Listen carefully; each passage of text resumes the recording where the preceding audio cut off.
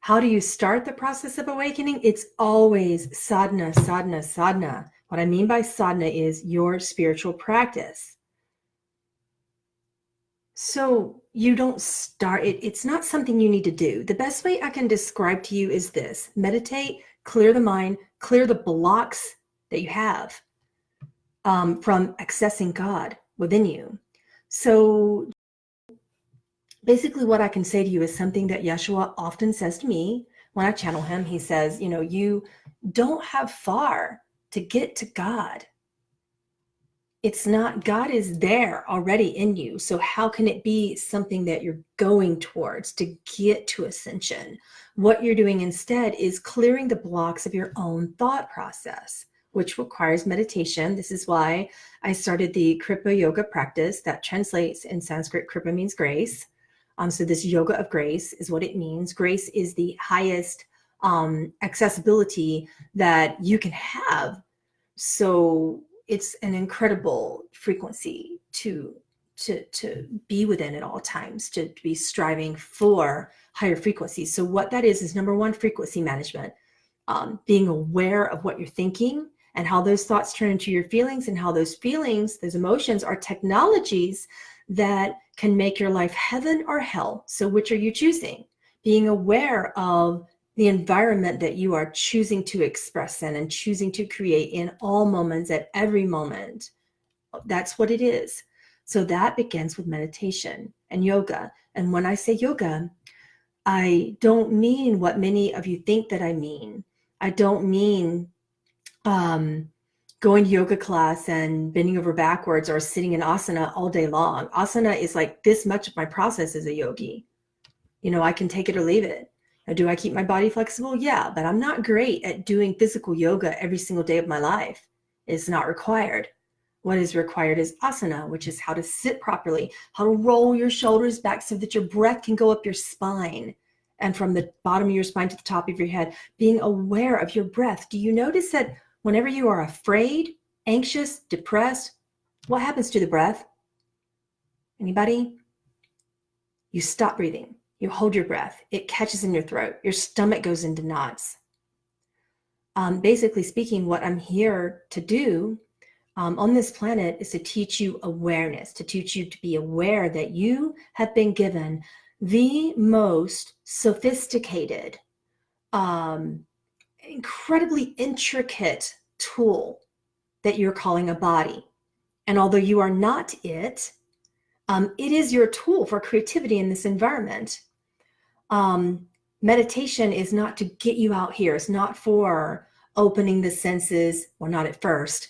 It's not for the process or the possibility of becoming clairvoyant, clairaudient, accessing spiritual abilities. All that's icing on a big cake that you are ignoring. Okay? So going back to your question of how do you start the process of awakening, be aware of your breath, be aware of when and how you're breathing. This is what I teach in Kripa Yoga. If any of you want to join that, you can join that at my Patreon site. It's just patreon.com/my name.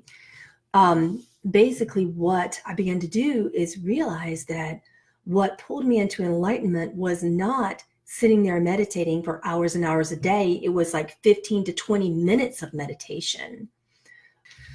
So when I was a part of the New Age communities and listening to all the stuff that's being taught on YouTube, I was going,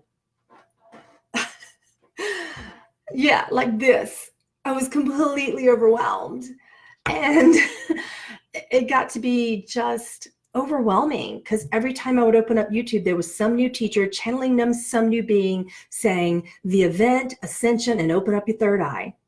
Oh yeah, and astral projection and looking at your past lives. I've been doing that since age 5, and it did not bring me anywhere closer to God, anywhere closer to enlightenment, even at age 43. I did not go through enlightenment until age 43, and it wasn't because of opening my third eye. It wasn't because of learning to astrally project. It wasn't because of my knowledge with the galactic history. It wasn't from finding my life purpose.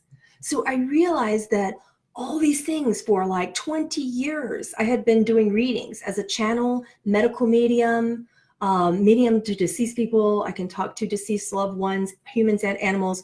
I have intensive knowledge of galactic history and can determine someone's origin, aura color, physical, mental, and spiritual well-being, everything. And I was just throwing all these answers at you. And a lot of people weren't happy that I started steering away from New Age communities, right? And you're like, well, why aren't you teaching all these things anymore? I'm like, I am, but I'm teaching you that they are the top of the mountain, the icing on the cake, and you're sitting there licking your finger off the cake, with the icing and ignoring the cake. And then wondering, have you had the big high of the sugar high and then the crash that follows that crash? It's dark night of the soul. It's depression. It's suicidal ideation. It is all of these things that everyone's wondering why it's happening when you spiritually wake up. So if you're going to ask me how to spiritually wake up, I'm going to tell you to clear your thoughts. You are looking for God. Now, whether you call that clairvoyance or life purpose, or whether you call it enlightenment, whether you call it realization, you are looking for God. You are all seeking the same thing. And I'm not saying that's not a religion when I say that.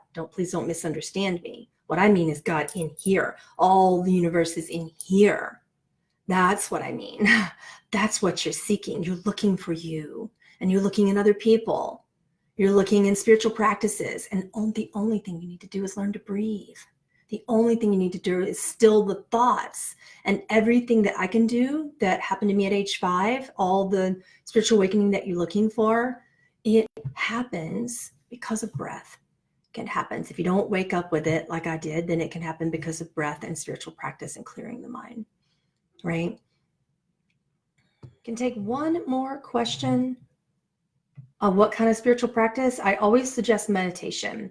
I have something called source tones, and what that is, what I recommend is finding your own frequency, your own pitch and rhythm and frequency and sound that brought you into this world. So I get those tones, I hear them, and then I have to figure out what sacred texts they came from, if any. A lot of times they come from Vedas. I've had some come from emerald tablets. I've had some come from ancient texts that I've never heard of that I had to go research and buy. They're all in my living room, and some in my office. I've had some come from many, many types of sacred texts, and then some from zero text, like some Pleiadian language that no one's ever heard from before. So basically, you chant that tone, your unique tone, in your mind for 33 days. And then after that, you start chanting it out loud. And you only do it for 20 minutes a day. So don't tell me you can't. Anybody can connect to chanting something for 20 minutes a day. And if you don't understand it, you listen to the recording that I send to you of me chanting it, and look at the text that I send to you. Listen and look until you get it, until you can do it. And that's your practice.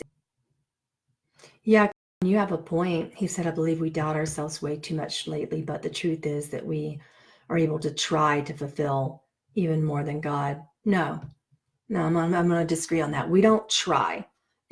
Enlightenment is not something to do or to try. What it is you realize that you always have been, and that it's impossible to not be, and that you find your unique version of that, right? Just like I did. And for me, the reason why I created this program called Practical Enlightenment is because it just is so easy. It's so easy to get out of your own way. That's the whole point, to chant something 20 minutes a day in your mind, right? How hard can that be? People give me these excuses. I can't do it. I know. I'm like, all right, well, listen to me do it for 20 minutes. Eventually you'll feel it and connect to it, and you will be able to do it. But anybody can meditate for 20 minutes a day, and your whole life changes just by sitting properly, breathing properly, and meditating. Yeah, it's easy, easy, easy. So that isn't about beliefs. What that is getting beliefs out of the way. What about just plain breath or 10 minutes a day? 20 to 22 is the key. 10 minutes, your mind's going to get in the way at least 100 times. Per minute, you're going to at least get 10 times that your mind tries to interrupt.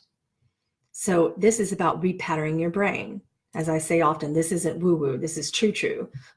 So what's nothing woo-woo about my practice. What it is connecting to your breath so deeply that you stop thinking. You are only feeling. That's it. Yeah, that's it. That's such a simple practice. And like I said, I spent 20 years telling people their purpose, and I still do. I do readings all the time. I spent 20 years doing them, and still people would say, I still feel empty. I still feel a void. I still feel purposeless. You can't get there fully without mastering this beautiful, intricate tool that we've been given, this breath, this body, this lifetime, this experience. And many people in New Age communities are just wanting to float off into the clouds, go off into a different dimension. What I'm trying to do is get you to bring all that here in this form. That's yoga. So I don't care where you go in your spiritual path, take yoga with you. All right, guys, I got to go to work, and I will see you very soon. Patrons, I'll see you on Monday for the How to Transmute Any Emotion class. How to transmute any emotion you're feeling quickly, like within 20 seconds. So I love that class. I love emotions. They're the most amazing tools ever. Once you know what to do with them, your entire life changes. So I'm teaching that class on Patreon on Monday. I'll see you guys next week. Bye.